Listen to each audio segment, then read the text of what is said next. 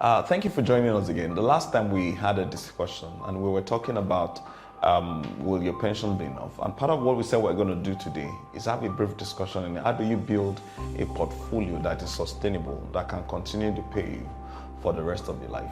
Now, when people think about what would I do financially that will continue to pay me for the rest of my life, what they think about is starting a business or doing forex trading and the likes.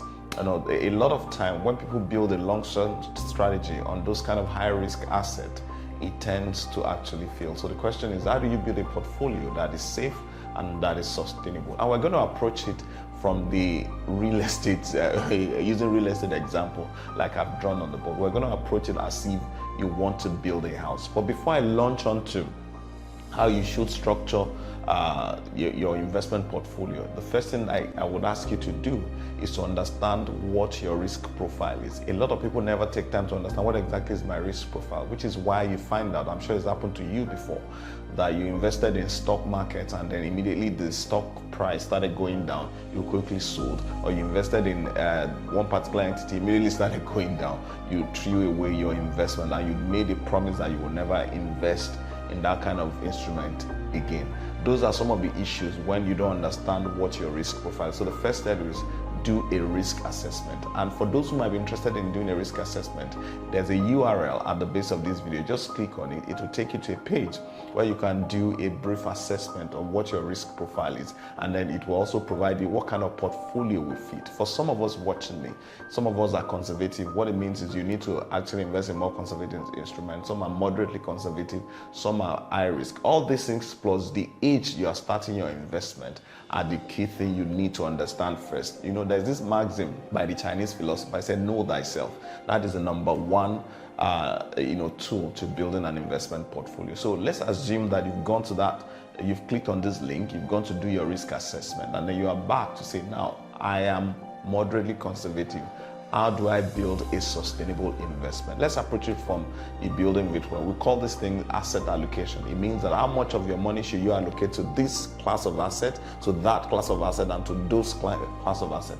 That is the basic principle. Now, to build a sustainable portfolio, one, you need to understand that first you need to build the foundation. This is the most important component of your investment portfolio if you want your investment portfolio to be sustainable. The challenge with a lot of people is they don't even understand that. And then two, because these ones, yes, they are stable, they are not sexy in terms of return. They don't give you 10% per month or 20% per month like a lot of other asset class that most people want to do, but they guarantee that you always get your cash flow. So what should you invest at this level? So if you're building a conservative portfolio, this is why the bulk of your investment. What are the things you are going to put here? Number one, you are looking at instruments that can guarantee that you have cash flow, come rain, come shine.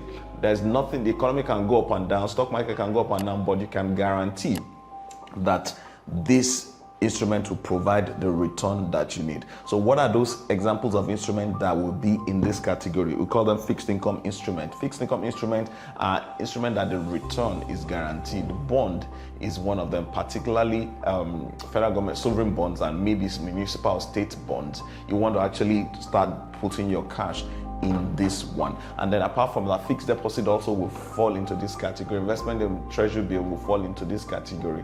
Some mutual fund, particularly well-managed ones, would also fall into this category. Savings and investment will fall into this category. Now, a lot of us, we don't understand that this is the most important component that you should build before you move on to the other ones. Now, once you are done with this one, you've added this one. I'm still going to talk about annuity like I promised us earlier.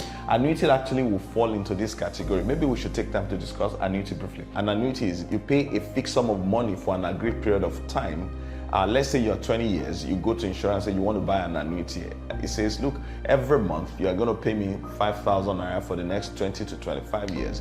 By the time you are 50, your payment will stop, and then the insurer will now pay you a fixed amount every month for the rest of your life, depending on the kind of annuity that you have. But the common one, which I would encourage, is that one. You pay the fixed sum for a defined period of time, and then for the rest of your life, you can guarantee that you will continue to earn a fixed sum. For those of you who are entrepreneurs, or you're thinking that you want to take the entrepreneur journey, this is a very fantastic option for you because it provides you some cash flow that you're going to need to sustain while you're struggling to build your business. So this is the time, particularly if you're very young, you want to actually start your annuity scheme, and then by the time you are retiring in 5-10 years, or you're leaving your paid employment to start your business in 10 years, your annuity can continue to pay you for the next 5, 10 or more years, giving you some cushion so that you can run your business. So let's assume you've actually invested in fixed income instrument, fixed deposit, solid savings account. I would also encourage you to consider some euro bonds in this category to also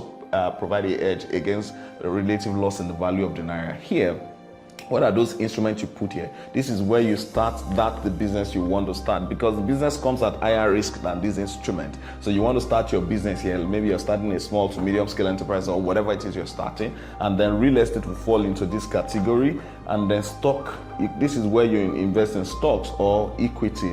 This is where you invest in all those. So now some of those other investments that carry a little bit more risk. But these are the assets that, but first of all, please lock down your foundation, because without the foundation, the whole house will keep going, we just crash. But once you do that, you have some guaranteed cash flow. Let's say your target is, I want to be earning 100,000 per month. Once you build your portfolio, you have 100,000 per month that you can keep away, that you can keep reinvesting here. You can now say, look, I want to put the rest of my cash in business. I want to try equities market. Now, what this gives you, apart from guaranteed cash flow, what this gives you that is different from the foundation level is that your capital can actually appreciate. Here, if you put $1 million down, it will remain $1 million. Of course, you continue to give it 10%, you continue to get 100,000 every year, but the million remains $1 million. Here, you can put $1 million, and then your capital can actually double over a period of time. Just like if you buy a real estate 1 million today, by next year it could be 2 million, it could be 3 million. The same thing with stock market, but they carry more risk than this category. So you want to put,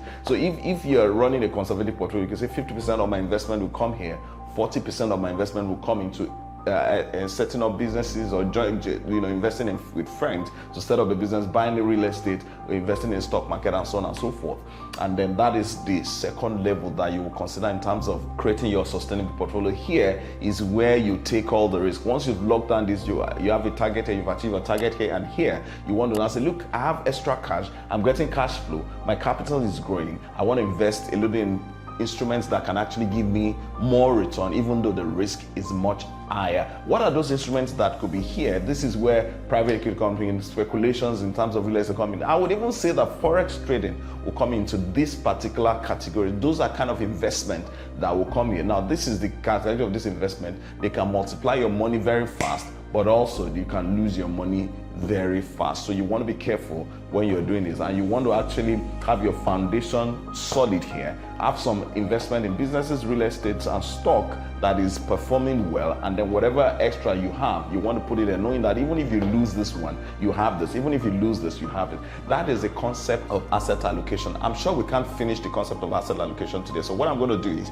I'm going to try to explain in layman's language the next lesson, asset allocation. And this is what I say, that if you are building this level at this point, you absolutely need to understand that you need to save money above inflation. So whatever instrument you want to get at this level must give you above inflation return, and you want to actually keep reinvesting in your portfolio. That is what you want to do at this level. I keep saying it all in all our sessions, that for some of you, if you're looking for risk-free investment that can provide you above inflation return, you might want to consider logging on to Saversclub.ng. The link is somewhere at the base of this video, or somewhere above the video. You want to actually check that place out, because we created it to provide above market or above inflation return for anybody, for all members of Saversclub, so that you can actually quickly build your foundation. So until I see you next time, when I'm going to be explaining the concept of asset allocation and how you should structure your portfolio,